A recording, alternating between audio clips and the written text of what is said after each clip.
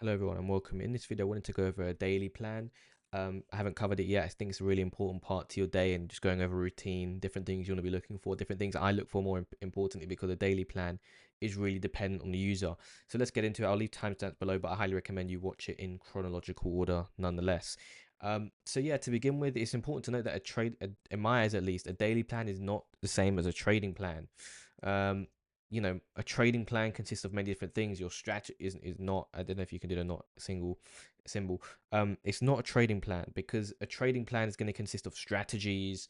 Your risk profile per strategies. Your more so your rules in that sense. Which I'll do that in a complete separate video for you. But this video is going to cover more so what you should be looking at on a day by day basis and going through that. But I will cover some aspects of a trading plan because it will be incorporated into this. And the first thing to do, and this is again depends on your strategy, but I always start off with a routine.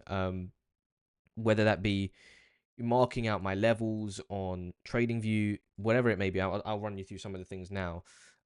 Such as we'll just add some here. We'll add in, I don't know, SR levels, NPOX, volume based liquidity. I've done videos on this.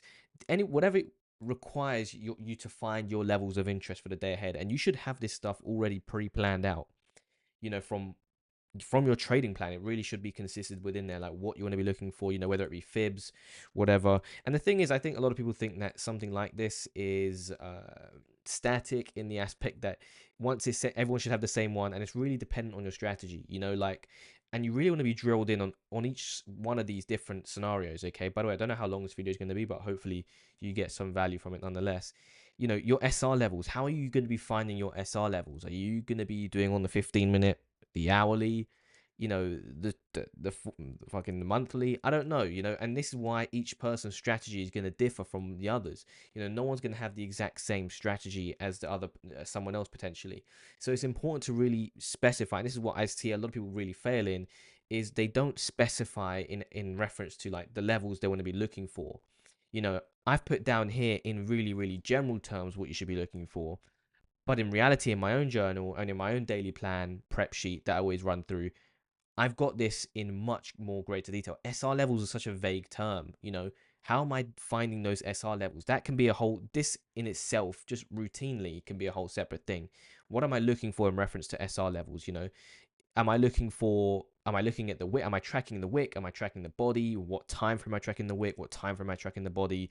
Does it have to be does it have to be a naked level? Can it be tapped? How many times can it be tapped? All these different things you will find from testing and reviewing over a long period of time.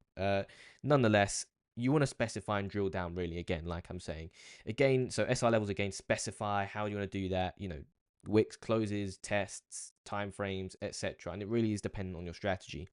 Your naked point of controls.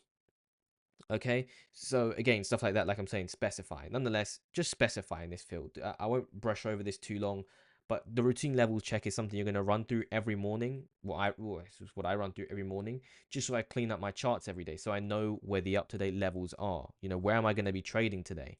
Um, or just so I have everything up to date, so I can get a clear view on the market. That's what I meant to say. Whatever your personal levels are that fit your routine, you want to run through that every day and create a template for this. Okay, the next thing I would do is I would create my directional bias. I think again this is dependent on your strategy because I mentor someone who is trading on the 5 minute, and I'll get into that as well in a second as to how you can do that and different thought processes I've had around that. But this is really important. But directional bias, again, it depends on the markets you're trading. I personally just trade Bitcoin.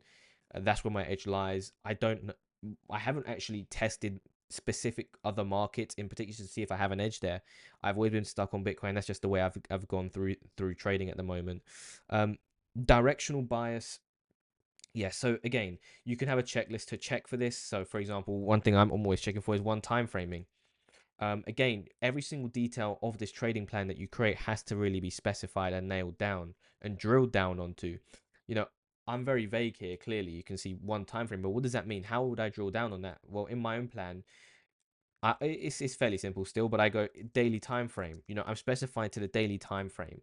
I want to know what my bias is based on the daily time frame. Because this one time framing could be seen on the 5 minute, the 50 minute, the hourly, whatever it may be. Um, I've probably done somewhere a video on one time framing. Nonetheless, you can look that up. But you can see here. So I'm looking at the daily chart, and I'm gonna go. We'll maximize this and hide these. Okay, let's just go to, I remember when back here, we're one time framing up, right? Are we one time framing? If the answer is yes, right? If this is yes, then I don't want to be fading that move. So this is helping me form directional bias. I have, and each segment has like this kind of will have like a yes no scheme from it. So you can start building out different, if yes, then then trade that direction only if any levels are in that direction. It really is dependent on your plan. And this is why it's important to drill down on stuff like this. That's going to help you. And I'll talk you through this in a second. But one time framing, for example, for me daily. Other things I can check for. I've got high hit rate levels, which are levels that I've checked over a long period of time. How often are they frequently meant to be hit? Okay. Um, what else we got? Large daily wicks. Okay. And again, how am I specifying large? And the way I've decided to do it is by looking at the TPO chart market profile and going how much of a selling tail do we have? Okay, based on a percentage. I don't want to drill into that too much, but God, essentially on the market profile, I'm going to be going into a bit of detail here, so I do apologize if it's a bit too advanced right now.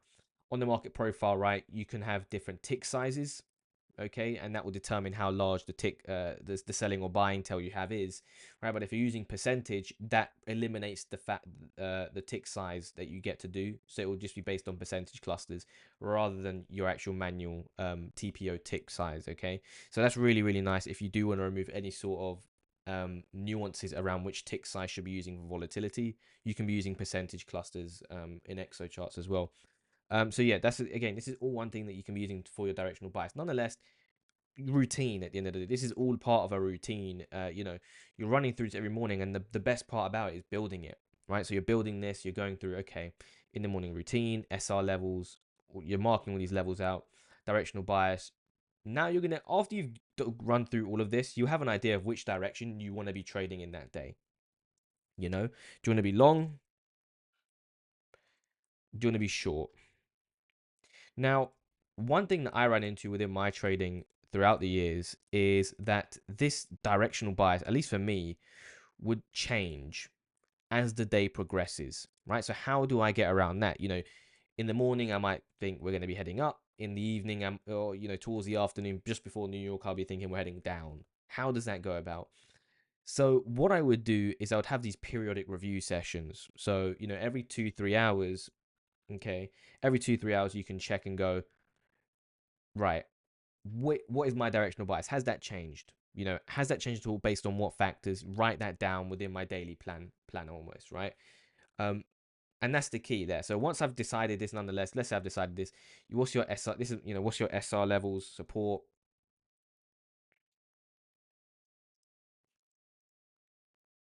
resistance. What are my SR levels? And again, you write them both down, but in reality, like let's say I've woken up one day and price is aggressively one time framing up.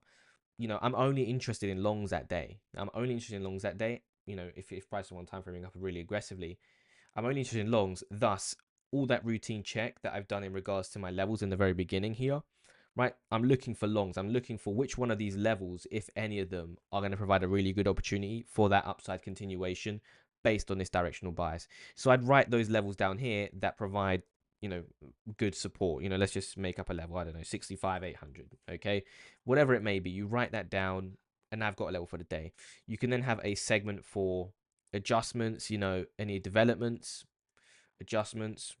What do you call it? Adjustments slash devs. Throughout they say, what's your adjustment slash developments? Does price adjust? How does it adjust? Write it down. Again, really, really important. I'm just running through things that are in my daily plan myself. Another thing that I write down in really key is based on, right. So you'd leave like a box for this as to where you can write something like that. This down, like write down your notes there. The other thing that I'd write down is key times. This is really, really important for me. Because there are key pivot hours that are more likely to put in pivots, especially within Bitcoin, that I'm looking for. So let's say key times for me on a Wednesday are, I don't know, you got news related events, or obviously we'll check news in a second, or do we have any key pivot hours? Maybe I'm going to say on a Wednesday, my stats show that 1:30 p.m. UTC has a higher probability of putting in a pivot. Thus, the ideal time to be looking for that long trade is at 1:30 p.m. UTC. If it occurs around then, that's added confluence. I'm going to put that in my journal at the end of the day.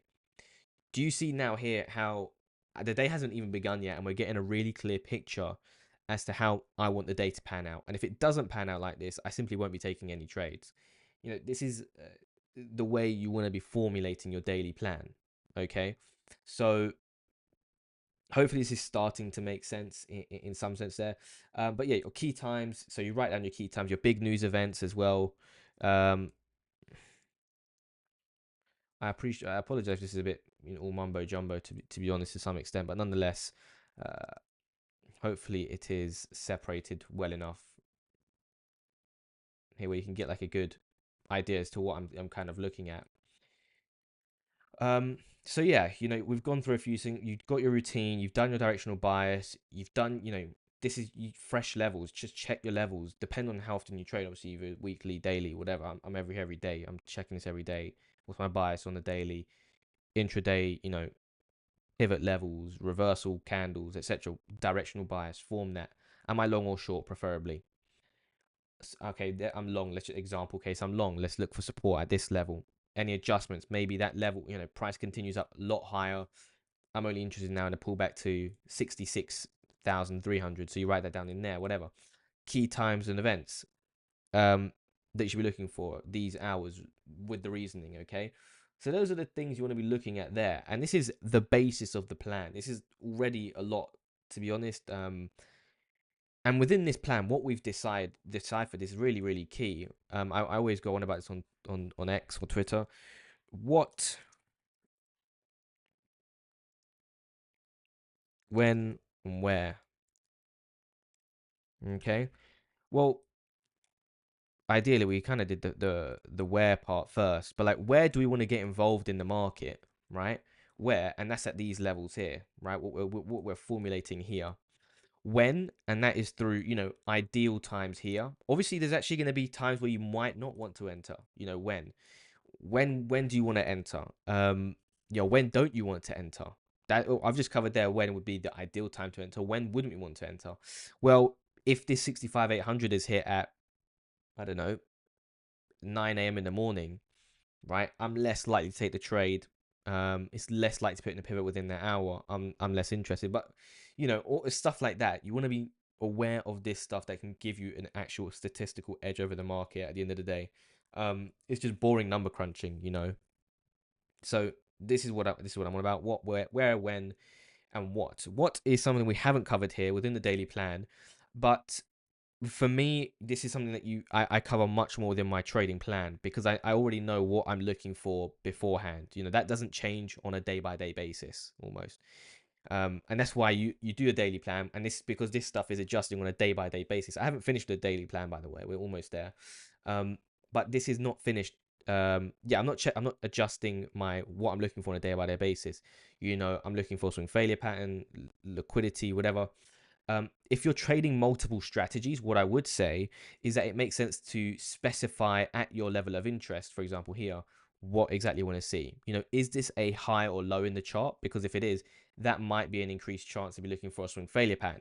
Is it a volume-based liquidity? Is it a naked point of control? Is it an SR level? Which in that case, you could be looking for market structure change, trap traders, etc. Right? It will change depending on that. For me, I've got my own way of doing things in relation to what I want to see. But I'm saying that in relation to if you've got tons of different setups you're trading, which, by the way, number one mistake I see a lot of people do is they're trying to trade 15, 10 different setups, really honing on one or two at the maximum, and dive in there and trying to decipher those ones first of all, before trying to trade so many. So you can see there where, when, and what. This is covered literally throughout the entire thing almost. And yeah, this is what you want to plan at the beginning of the day. You need to know all of this stuff to give you a clear picture at the very least. Okay. The last thing I will mention here is post market review. I always put this. This is extremely important because this is also part of the day. Yeah, I'll cover this as well. Whoops, post market review. Yeah, And this is going to be in relation to, you want to be reviewing your day. You don't want to just kind of brush this day aside. And although it's there to help you plan for the day ahead, it's also help you to prepare for the next day, right? And there's no point, you want to be picking up learnings from your previous day's work. Otherwise it's just something that you've brushed under the carpet almost. It's almost useless at the next day. So you kind of want to, what are your lessons from this day? Write them down, ask yourself multiple sets of questions. Basic questioning can go a long way. I used to have really, really complex questioning, and I adjusted it as time went on to simply what went well today, um, and stuff like that. What went well, what didn't go well, and I really took inspiration from that from Tom Dante. So big props to him on just simplifying my post market review process. That was really, really key in terms of just simplifying down my post market review from something that was extremely complex. Then there was friction there between me wanting to do it and not, to just putting it really, really simply as to how I could come back to it and review it really, really well. What did not go well today, and then what is really important, okay, is one actionable step moving forward.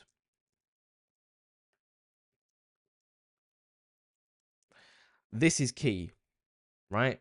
Extremely key, especially if you're just starting out.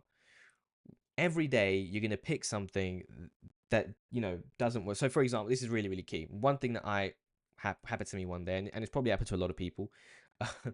um in the very beginning, I lost, I think it was 15% in the day, and that's like unacceptable, completely unacceptable. That shouldn't be happening. So what's an actionable step moving forward from that I could do to move forward and improve as a trader? So I'd write all this out. I'd write what went well today, what didn't. Well, I don't want to lose 15%. So why is that occurring? Well, I'm risking too much, and that's also, we'll discuss risk within more so the trading plan, um, and I'll cover a little bit of risk as well at the end of this.